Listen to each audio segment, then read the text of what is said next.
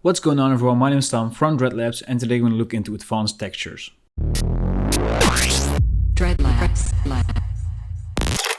Right, so the reason I'm doing this video is because I feel like some people don't really know about how textures actually work and how you can use them to your own advantage to especially do realistic or maybe like grungy stuff designing. So first I want to look into how blend modes work and mainly the screen and the multiply option. And first we're going to demonstrate it on black and white colors and then I'm going to show you how they work with colored backgrounds. After that we're going to look into some manual advanced blending as well as editing and layering your own textures and experimenting with textures. Alright, so let's get into it. Alright guys, so before we start off, I just want to ask you if you would like and comment on this video. It will really help me out, get the channel growing. And basically, the more my channel grows, the more tutorials I can release. Also, if you want the PSD file for this, you can find it on my Patreon. I'll talk a little bit more about it at the end of my video. Alright, so here before me we have two textures. These both come from the Dreadlabs Paper Pack Volume 2. If you want to get those, links in the description as well. And basically, we're using two different blend modes on these.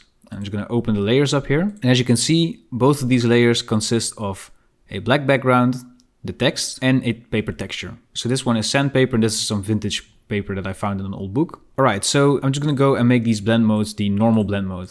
So if you don't know, you can find blend modes up here at the layer menu. So without the blend modes there, you can actually see that the left texture is a black or darker texture and the right one is a white or lighter texture. If we make these invisible, this is basically just a plain old Photoshop file with some text. This one is white on black and this one is inverted. So if you look at the blend modes here, these are categorized, but I'm not going to talk about how each blend mode actually functions. I mainly want to talk about what kind of result it will get. Basically, the first two categories are based around light or darker colors. If I scroll through these, you can see these will all leave you with darker colors than you initially had, or these will darken your image. So these are a little bit of the opposite, they will lighten your image. Then these ones tend to find a middle ground. So this last category works with inverting certain colors in your image. So the last ones are some general, good to know blend modes. I don't really use them that often. But for today, we're going to dive into the multiply here and the screen. So now that the blend mode here is put to screen, basically you can see what happens. Because the text is white and it's the lightest color in the spectrum,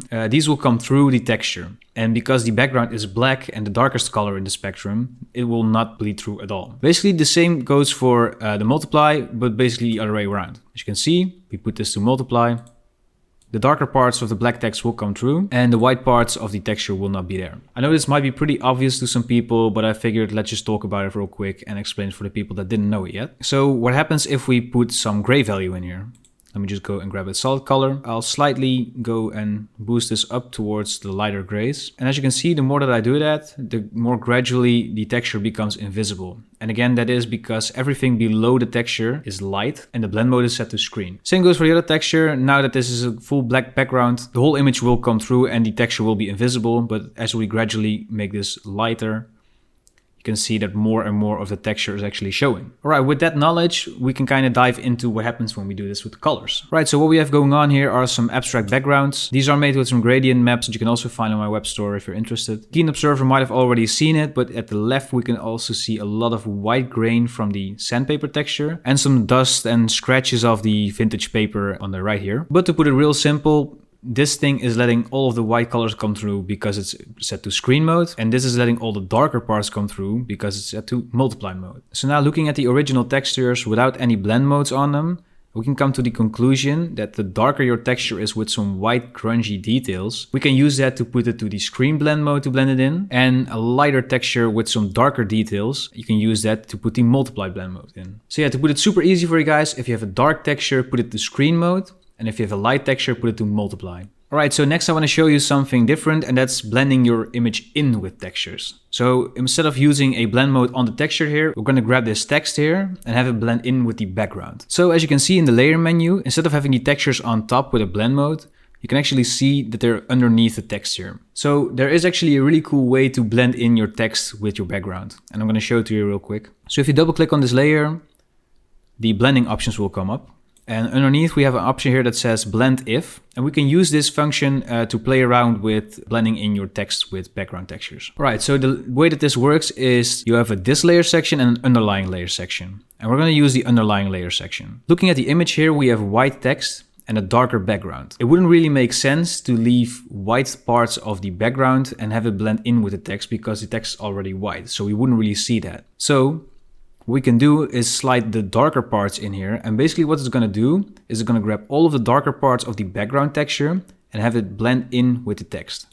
So the more we slide this right, you can really see the text is slowly dissolving. The cool part about this is you can separate these two sliders. So if we hold Alt or Option on this, you can actually split them.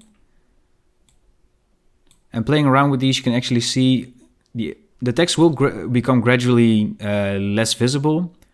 But as you can see, the darkest parts of the texture will actually come through the text and bleed through, which results in this text we're looking quite realistic. So looking at the other one, we can do the same thing, and we'll go double click on the layer.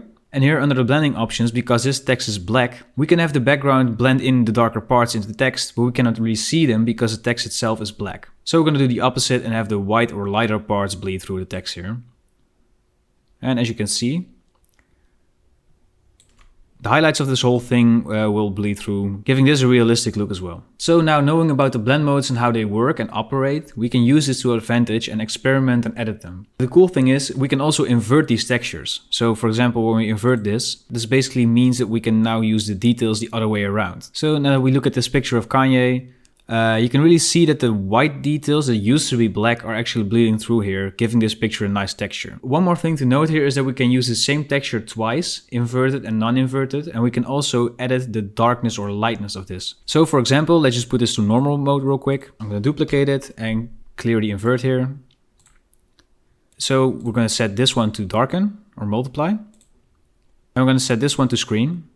So now all the lighter parts of the picture and the darker parts of the picture have a texture on them. And you can really see that if we make the lighter texture invisible, you can really see that the smoke here, you cannot really see the texture at all, but now we can. And the same goes for the darker here. If we look at Kanye here, you can really see that the texture is going on the darker parts of the image. So yeah, I would highly advise you to play around with this. I'm going to show you one more example with the sandpaper texture and show you what the curves can do, making this image darker or lighter. So I'm going to delete these. So now we have this sandpaper texture going on. I'll just put it to normal. As you can see, this paper looks a little bit bluish, and we can actually remove that if we want to, right? So by pressing Command U on my keyboard, I'm opening up the Use Saturation menu, and I'm just going to remove the saturation as a whole. And now if I put this to, for example, multiply, we've learned that this is not really possible, right? Because this image is really dark. So we'll put it to screen.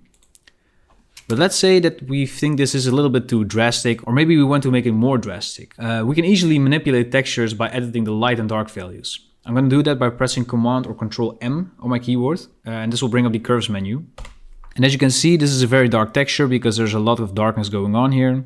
So the more we lift this, the lighter the texture will actually become, making this image a little bit more light.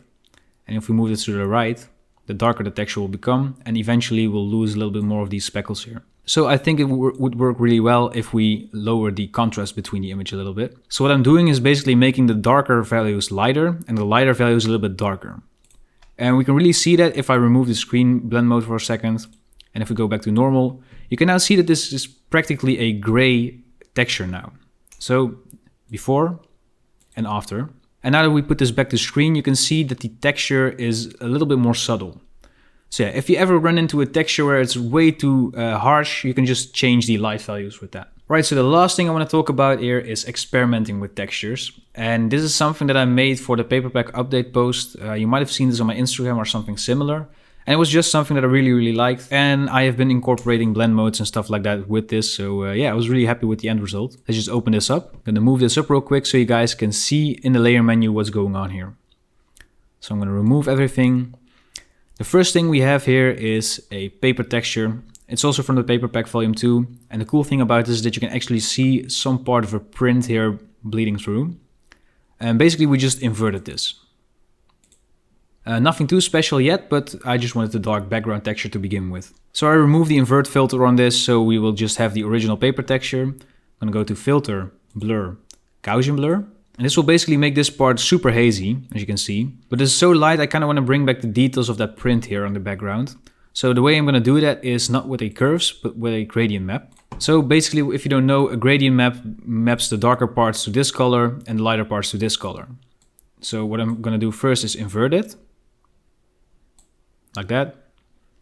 And basically, the more I drag this white color in, the harsher the contrast will be. And I think something like this should be able to work. All right, so now I'm just gonna grab both of these, the gradient map and the blurred out texture. I'm gonna group them. All right, and now I'm gonna put the group mode to screen. And as you can see, now that like super hazy look is kind of bleeding through, but only at the parts of the print. Because again, if we go back, you can see that the darker parts here, these won't show up as much as the lighter parts. So yeah, that gives us that hazy effect. Also works really well if you want to have a cool glow on something. So from the look of this, you can see what I did with the text. I kind of blurred it. I made sure that it was a dark gray instead of a black. And I also gave it like a blur, so basically the same as the glow here, to get that like drop shadow look going on. And the next thing I did was basically double clicking on this and having it blend in with the bottom texture. So like this. And what I really like about this is that the like vein almost bleeds through the text a little bit more than here, giving us a little variation in the text. So yeah, I kind of want to blend this up real good, something like this. But now that we look at it, the text is a little bit light, so maybe I want to grab the dark parts and make them a little bit darker. And I've done that with a curves adjustment layer, as you can see here. And I'm just dragging it in a little bit more.